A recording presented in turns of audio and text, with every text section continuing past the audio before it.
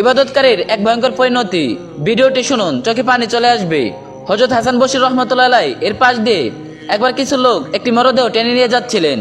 হাসান বসরি রহমতুল্লাহ আলাইহি সেই মৃত ব্যক্তির চেহারা দেখেই জ্ঞান হারিয়ে ফেলে মাটিতে পড়ে গেলেন। হুঁশ ফেরার পর সবাই বিকল হয়ে মৃতদেহটির পরিচয় জানতে চাইল। হযরত হাসান বসরি রহমতুল্লাহ আলাইহি অজরে কাঁদতে কাঁদতে বললেন, এই লোকটি একসময় আরবের শ্রেষ্ঠ দরবেশ আর ইবাদতকারী ছিল।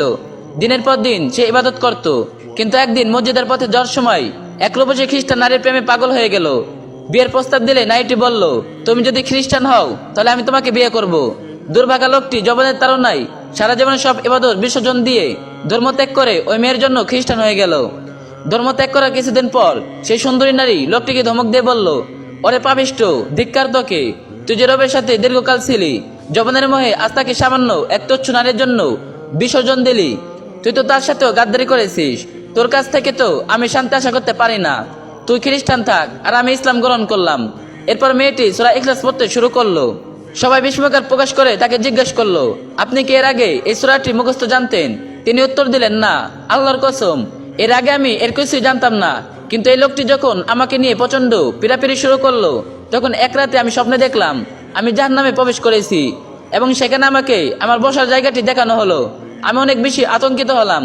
ঠিক তখনই মালিক জাহান্নামের দ্বারক্ষী ফেরেশতা আমাকে বললেন, ভয় পেও না এবং চিন্তিত হয়েও না, কারণ মহান আল্লাহ আজ এই লোকটির বিনিময়ে তোমাকে এই আযাব থেকে চিরতরে মুক্তি দিয়েছেন। অর্থাৎ সে খ্রিস্টান হয়ে দোজখে যাচ্ছে আর তুমি মুসলিম হয়ে তার বদলে মুক্তি পাচ্ছ। এরপর মালিক ফেরেশতা আমাকে জান্নাতে প্রবেশ করালেন। সেখানে গিয়ে আমি দেয়ালে একটি লেখা আয়াত দেখতে পেলাম, আল্লাহ যা ইচ্ছা মুছে দেন এবং যা ইচ্ছা স্থির রাখেন, আর মূল কিতাব তার কাছেই রয়েছে। সূরা রাদ আয়াত 39। অতঃপর ফেরেশতা আমাকে সূরা ইখলাস শিক্ষা দিলেন।